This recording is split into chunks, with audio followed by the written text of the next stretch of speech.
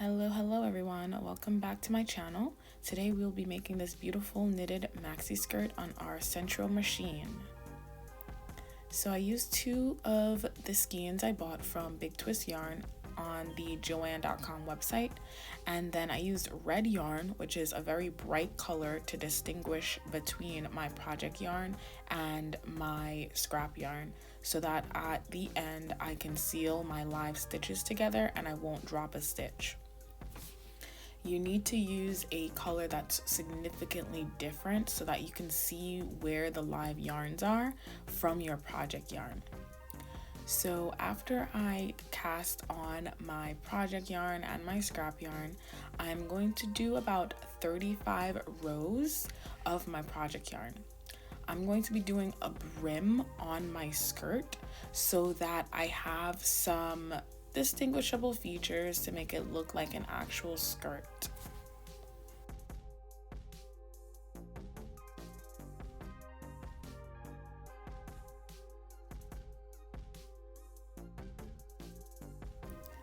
After I've knitted 35 rows on my Sentro machine, I'm going to be creating the brim.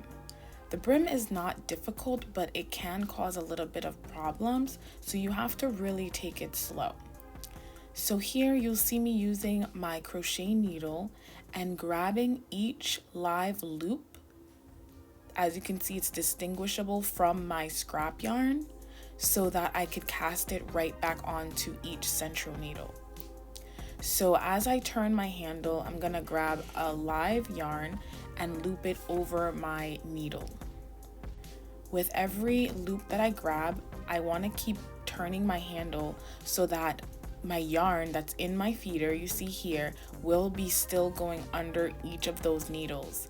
That's going to seal those loops together, creating the brim.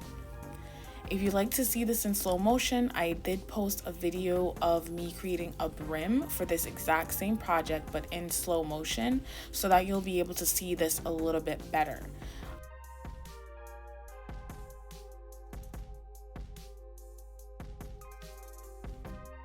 I love creating a brim because I don't have to then do slip stitches to close my project on every angle of the project. I only have to do a slip stitch at the very end or to fuse my project together.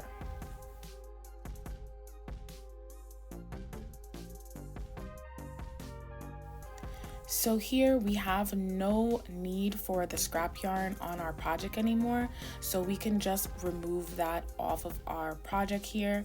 I did about 10 more stitches to make sure my brim was sealed, so we could just go forward with taking the scrap yarn off and then unraveling it later on so that we could use it to cast off our project off of our Sentro. So once you remove the scrap yarn, you don't have to worry about your brim anymore, your skirt panel. You just keep going back and forth on your panel, adding all the rows that you need so that you can finish your project up.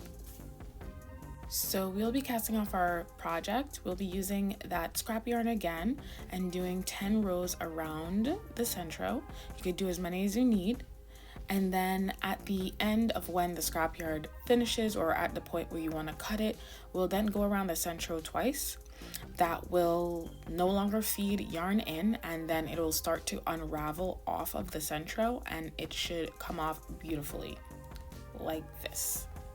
Now that we have our two panels, we will be slip stitching the ends of each so that we could remove the scrap yarn off of both panels of the skirt. Again, where you could see the distinguishable features from the bright red scrap yarn and your project yarn.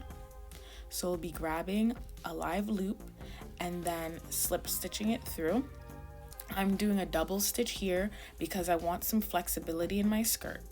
Sometimes a slip stitch will cause the skirt to be a little bit too tight on the corners, and so you will want to do a double stitch instead of just a quick slip stitch.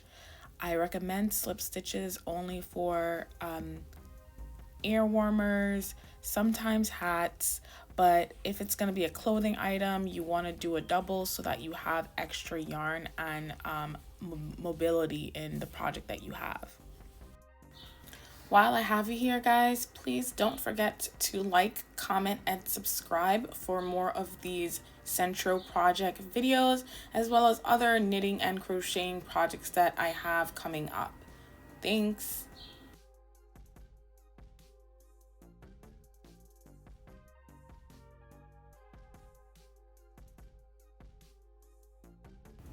So now that we're done with our slip stitch, we're going to be removing the scrap yarn.